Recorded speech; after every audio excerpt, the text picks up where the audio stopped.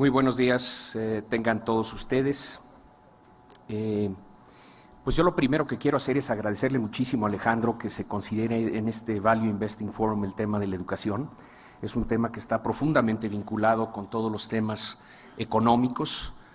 A veces no hacemos esa relación, pero la literatura a nivel internacional nos deja muy claro que donde hay más cantidad y mayor calidad, sobre todo en la educación, hay mejoras en el empleo, en la remuneración, en la competitividad, en el Estado de Derecho, en la democracia participativa, en los derechos humanos, en fin, todo lo que se relaciona con recurso humano, que es el verdadero capital y la verdadera riqueza de las naciones. Me parece un privilegio y también un reto muy importante seguir en la palabra al presidente Álvaro Uribe. Lo digo por su condición de exmandatario de uno de los países más importantes de Latinoamérica, por un lado, porque es un gran orador y sobre todo porque yo creo que es uno de los pocos verdaderos estadistas que ha dado Latinoamérica. Y creo que si una lección nos da el mandato del presidente Uribe y también de sus colaboradores como el general Naranjo, es una ética de responsabilidad. Ayer hablábamos con él en la noche y decía, pues la mejor fórmula para el fracaso es darle la espalda a los problemas, es no enfrentarlos. Yo creo que eso nos dice con toda claridad los 8 años de Álvaro Uribe. Él enfrentó problemas graves de Colombia. Nosotros estamos empezando a enfrentar nuestros problemas, pero tenemos que ir adelante con mucha fuerza en esa ética de responsabilidad. Y a no dudarlo, uno de los grandes problemas que enfrenta México es la falta de formación de su capital humano. Esto no nada más responde al sistema escolarizado, pero en buena medida hay una responsabilidad de este sistema en el que deberíamos de participar todos. Yo de manera breve, sé que tenemos poco tiempo, quiero compartir con ustedes un diagnóstico de cómo estamos en cantidad educativa en México, cómo estamos en calidad educativa y luego pasar al tema de las soluciones.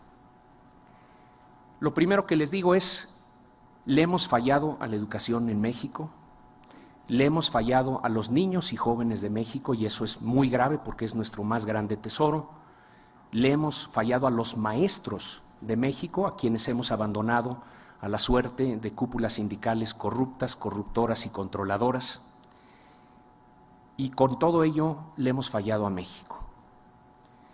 Algunos apuntes sobre la cantidad de educación en nuestro país. Estamos hiriendo a generación tras generación de mexicanos. Imaginen una generación de 100 niños para facilitar los cálculos. 6 años después de terminar, de iniciar la escuela primaria, 64 la habrán terminado en tiempo y forma. Ya perdimos a 36 o ya se atrasaron. Lo que es más grave, a mí me parece trágica esta cifra, si le quieren dar por favor a la siguiente lámina, es que solo 46 van a egresar de la secundaria. Tienen 15 años. ¿Qué hace un joven de 15 años que está fuera del sistema escolarizado o ya se atrasó y seguramente va a salir del mismo? Les dejo la pregunta. 1/4 parte de cada generación va a terminar la preparatoria. Solo 10 van a egresar de la licenciatura y 2 o 3 van a concluir algún tipo de estudio de posgrado.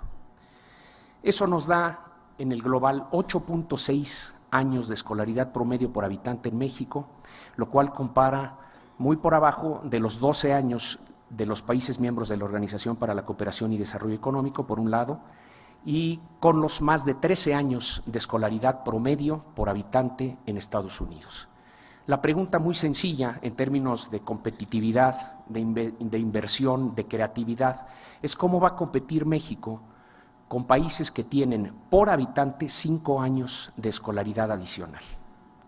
La respuesta es que tenemos que alcanzar al mundo, así no se puede competir adecuadamente con el mismo.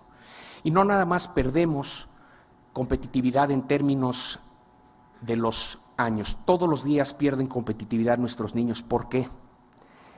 Porque como verán en la siguiente lámina, aunque nuestro ciclo escolar nominalmente se ve bien, tenemos muchos estados como Michoacán y Oaxaca que nunca completan los ciclos escolares y tenemos el mayor ausentismo entre los maestros de la Organización para la Cooperación y Desarrollo Económico. Por otro lado, la jornada escolar es solo de 4.5 horas. Entonces, cuando nos vamos a horas efectivas de escolaridad, nuestros niños cada año van la mitad de las horas a la escuela que los niños de Finlandia y Corea. Entonces perdemos competitividad el lunes y el martes y el miércoles y el jueves y el viernes de cada semana. No podemos seguir permitiendo eso. Por eso herimos a las generaciones. Pero vayamos rápidamente al tema de la calidad educativa. La siguiente es un listado de las 65 naciones que preparan el examen PISA, que mide cómo están nuestros niños cuando terminan la educación básica. 15 años, miden ciencias, comprensión lectora, matemáticas, algunos apuntes muy breves. Número 1 del mundo, es el único no país que pusimos en la lista, Shanghái.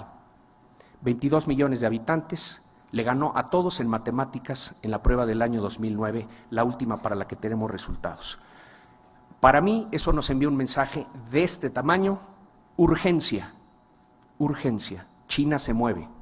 Ya están en el promedio de la Organización para la Cooperación y Desarrollo Económico en todas las materias, y Shanghái número 1 en matemáticas. Pueden ver Singapur, Hong Kong, Corea del Sur, que estaba empatado con México en los 80s en resultados educativos, aquí en el número 4, en el global para las 3 materias, Corea del Sur, número 1 del mundo, país número 1 del mundo en educación. Luego, Taiwán. Yo me pregunto, hay mucha gente que sabe aquí de economía, ¿milagro económico el de los tigres asiáticos? Claro que no. Los milagros económicos no existen. Prepararon a su capital humano. Ahí están sus resultados económicos reflejados en esta tabla. Estados Unidos atrasado en el lugar 31, España por allá del 34 con problemas serios. El primero de los latinoamericanos, Uruguay, lugar 48, Chile 49, México 51. Atrás de nosotros, Argentina, Brasil, Colombia, Perú, Panamá. Problema desde la frontera norte hasta la Patagonia. Sistemas educativos fallidos en toda Latinoamérica. La siguiente es quizá la lámina de diagnóstico más importante que quiero compartir con ustedes. PISA se mide en 6 niveles, como les decía, en 3 materias: ciencias, matemáticas, lectura. 0 es el nivel más bajo, 6 es el nivel más alto. Vamos al tema de matemáticas. 50.8% de nuestros alumnos nivel 0 y 1. 28.3 nivel 2. 15.6 nivel 3. 5.4 en niveles 4, 5 y 6. Ahí está de cuerpo entero el retrato de un sistema educativo fallido. Cuando suman la franja roja y la naranja, es el 80% de una generación reprobada o de panzazo en matemáticas. Con la siguiente agravante, yo les dije que a los 15 años, que es cuando se mide el examen PISA, al terminar la educación básica, la mitad de cada generación mexicana o ya se atrasó o ya se salió. Entonces, en realidad los resultados son inclusive peores que esto. Si nos vamos a la siguiente, veremos a cuántos tenemos en excelencia, cuántos están en el nivel 5 y 6. 30% de los jóvenes de Hong Kong, 25% de los coreanos, 12% de la OCDE, 0.7% de los jóvenes mexicanos en excelencia matemática. ¿Dónde quedan entonces los caballos de fuerza de una sociedad? Los inventores, los creadores, los emprendedores, los transformadores de la política pública, los creadores de universidades e instituciones educativas. ¿Cómo se ve esto en términos absolutos? De los 2 millones de jóvenes que conforman cada generación, evidentemente no son 100, son 2 millones, imaginen el tamaño del reto, cuando 1 millón a los 15 años ya está fuera de la escuela, y del otro millón el 80% está reprobado o de panzazo. Digo, ¿cómo competimos con el mundo con esas cifras? Pero en términos absolutos se vería así: hay 10,000 jóvenes mexicanos en excelencia matemática que van a competir con 417,000 americanos y 179,000 coreanos en términos absolutos. Está difícil que los 10,000 puedan cargar al resto de la generación.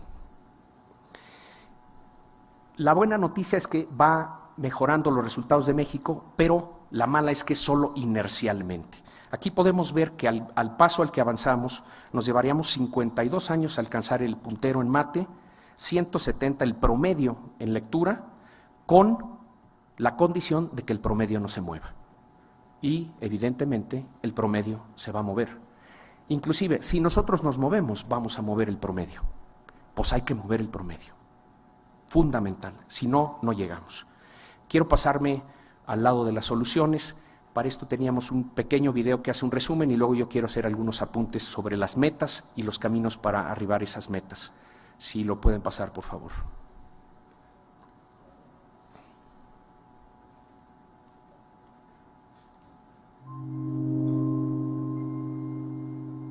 De 100 niños que entran a primer año de primaria, solo 23 terminan la preparatoria. Y los que logran seguir en la escuela aprenden muy poco. Solo una minoría muy pequeña tiene desempeños sobresalientes. Esto no debe ser el destino de nuestros niños, niñas y jóvenes mexicanos. Tenemos que actuar. Y ahora es cuando. Para asegurar que su aprendizaje sea relevante, proponemos 2 metas para alcanzar en los próximos 12 años. 1. Todos y todas con bachillerato. Necesitamos más horas, más días y más años de calidad para que todos alcancen el bachillerato. 2. Todos y todas con aprendizajes al nivel del mundo. Debemos cambiar las prácticas y los resultados para alcanzar al mundo en lectura, matemáticas y ciencias. Pero para alcanzar estas metas necesitamos seguir 4 caminos.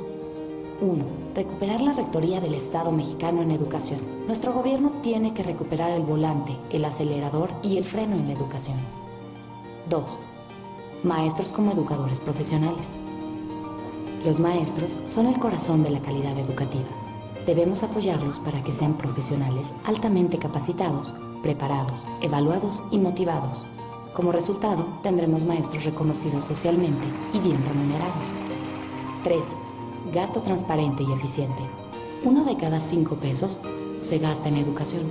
Tenemos que invertir mejor y gastar con transparencia para que el dinero que se da a la educación vaya a los niños, jóvenes, maestros y directores que están en la escuela. 4.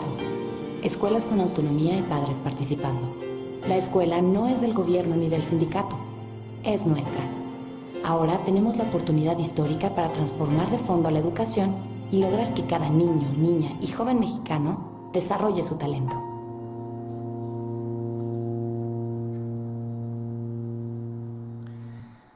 Algunos apuntes muy breves sobre este video. Hablamos de 2 metas, nada más y nada menos alcanzar al mundo en cantidad y calidad educativa en los próximos 12 años. Algunos dicen o que somos muy ambiciosos, o que no hicimos bien los cálculos, o que estamos chiflados. Pero si los chinos ya están en promedio OCDE en el año 2009 y tienen a sus provincias del este puntando como los mejores, pues o nos movemos o nos movemos. Tenemos que estar dispuestos los mexicanos a levantar la mirada y a hacer los sacrificios y a trabajar lo que sea necesario para transformar este tema y con ello transformar a México. Meta 1, 12 años de escolaridad promedio, no los 8.6 actuales, 200 días de veras, no año escolar michoacano, y 6.5 horas de diarias. Tenemos que extender la jornada escolar. Meta 2, alcanzar al mundo en calidad educativa. Tenemos que tener a nuestros niños aprendiendo al nivel de los niños del mundo, si no, no van a poder competir con los niños jóvenes y adultos del mundo. Como se ve una nación hoy, las escuelas hoy, así se verá una nación en 10, 15, 20 años. Es indefectible, no te puedes escapar de esa lógica. Entonces hay que alcanzar al mundo en calidad educativa. Los caminos. 1. Recuperar la rectoría de la educación. Lo primero, reconocer el Estado mexicano, ni a nivel federal ni a nivel local, es rector de la educación en el país. La política pública educativa está profundamente condicionada por un sindicato que tomó todos los espacios que le fueron dando los gobiernos y la sociedad, se abalanzó sobre ellos y hoy condiciona la política pública educativa, la veta y cuando no le salen las cosas en los pactos, la veta a nivel práctico. Entonces tenemos que regresarle al Estado mexicano el volante, el acelerador y el freno de la educación en el país en un marco democrático en donde se consulte la política pública educativa con todos los actores sociales. Esto exige acabar con el dominio del sindicato sobre la selección, promoción, pagos y estímulos a maestros. Si el Estado mexicano no tiene el valor y la entereza y la visión de recuperar las plazas docentes, no va a recuperar la plaza educativa. A ese efecto, se tiene que establecer la condición de empleados de confianza de directores y supervisores. Imaginen esto en sus empresas, que los directores de las plantas y los cuerpos directivos estuvieran sindicalizados, respondieran a los intereses sindicales. La empresa estaría quebrada, como está quebrada la empresa educativa nacional. Entonces tiene que recuperar el Estado la posibilidad de mandar sobre todos los procesos para llegar a ser maestro y segundo, para prosperar en una carrera magisterial. Esto es indispensable. Algún apunte sobre el segundo, profesionalización docente. Sin buenos maestros y directivos escolares, muchos guardamos esperanza en las tecnologías y hay que hacerlo, nos pueden ayudar. Pero sin buenos maestros y directivos escolares no puede haber calidad educativa. Ese es el factor determinante en la educación en un país. De hecho, de la tabla de los países que ustedes vieron en los primeros lugares de PISA, todas tienen como regla que tú solo puedes aspirar a ser maestro en esa nación si estás entre el 15, 20 o 25% más alto de tu generación saliendo de la preparatoria. Aquí la lógica se invierte. Aquí muchas de las plazas de los maestros se han entregado por favor político, a veces se han comprado, a veces se han heredado. Afortunadamente estamos erradicando esa práctica, pero no la hemos eliminado del todo, sobre todo en estados atrasados. Y por otro lado, muchos de los que acaban en las escuelas normales es porque no fueron admitidos en la escuela de ingeniería, en la escuela de historia, en la escuela de filosofía, en la escuela de matemáticas o química. 4 años de normal, exigimos plaza, la plaza es por vida y entonces ¿quién se amoló? El niño y joven que no tiene un maestro preparado frente a grupo.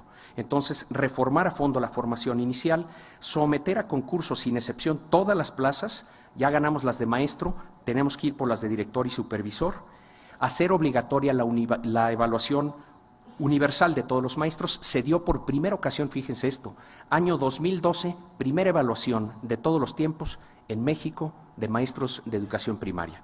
Su calificación desafortunada, 5.8 sacaron los maestros de primaria. Si el maestro reprueba, pues cómo va a pasar el niño. Pero dimos un paso muy importante adelante, evaluar a los maestros para poder premiar a los buenos, capacitar a los que requieren capacitación y empezar a ejercer presión social para que quienes de plano no dan una, dejen el servicio. Y eso me refiero por tener evaluación con consecuencias. Y va a ser una batalla grande, pero si no tenemos movilidad en el magisterio y si no tenemos carrera magisterial, no va a haber calidad educativa. Gasto transparente y eficiente como tercer camino.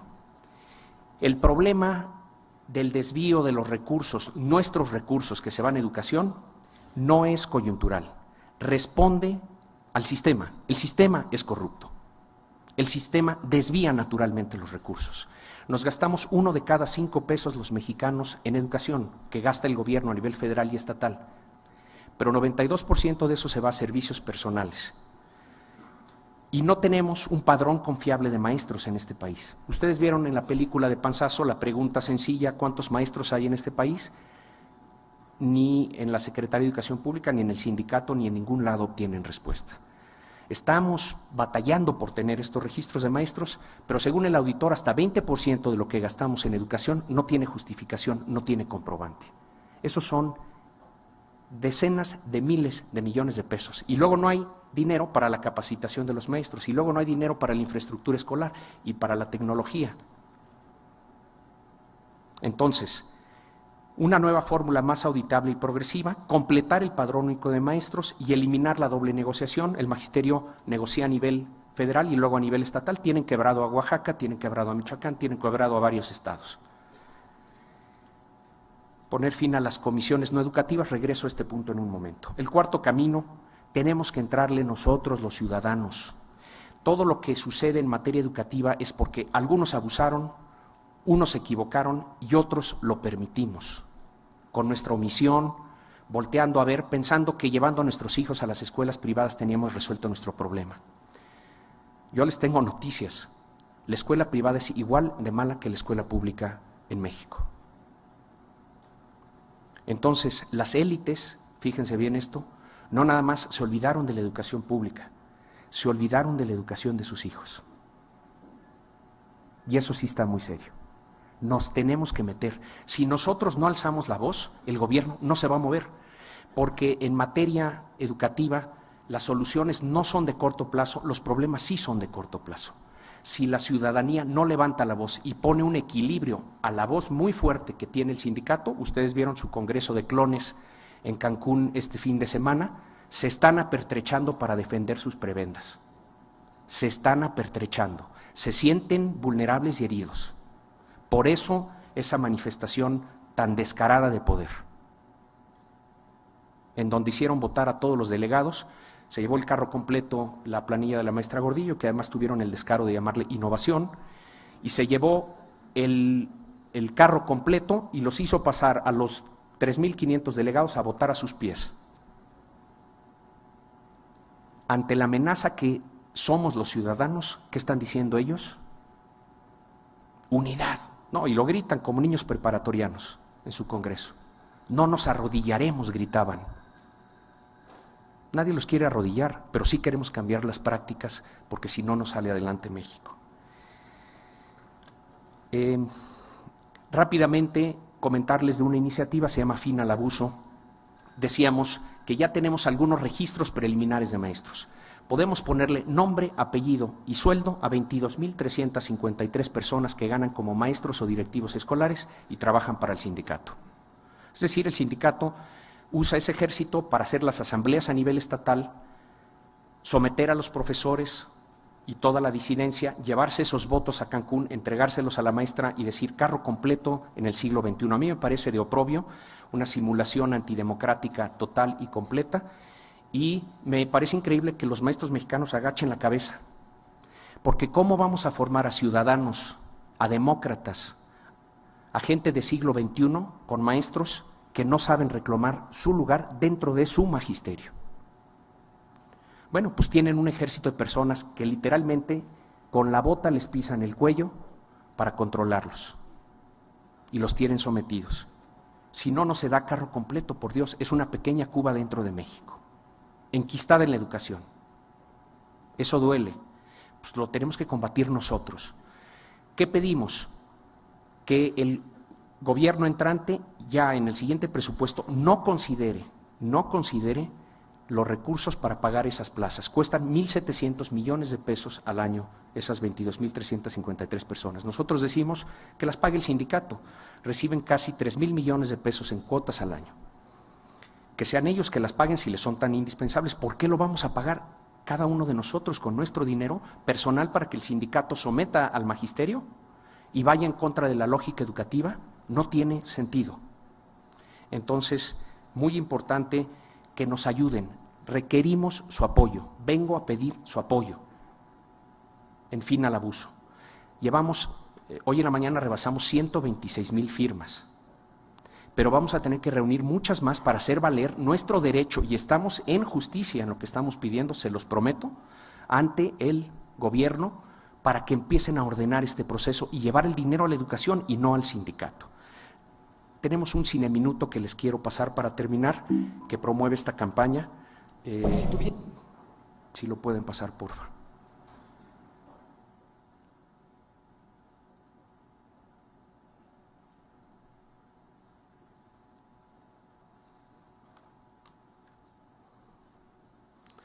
A ver si 1.700 millones de pesos para la educación. ¿En qué los gastarías? En renovar todo el sistema educativo en México. Su mobiliario, dar becas, cursos a los profesores, desayunos escolares, útiles, transporte, unos maestros mejor preparados, pagarles más aulas y en dar preparación a los maestros. ¿Sabías que gastamos 1.700 millones de pesos en personas que no dan clases, pero que cobran como maestros? No lo sabía. ¿Quién se está beneficiando de eso? A veces sabes algo de eso, pero no una cantidad tan exorbitante. Híjole, nada más porque no puedo decir malas palabras, pero es que no se vale. ¡Qué abuso! Que lo devuelvan. No, eso es un crimen. Nada eso es un nuevo. crimen, es parte de la corrupción. No respetan la educación de los niños. Se crea una mafia. ¿Dónde queda su dignidad? Firma en finalabuso.org para que llegue más dinero a los buenos maestros y menos al sindicato. Que trabaje, que desquite ese sueldo, ese dinero que le están dando, sí.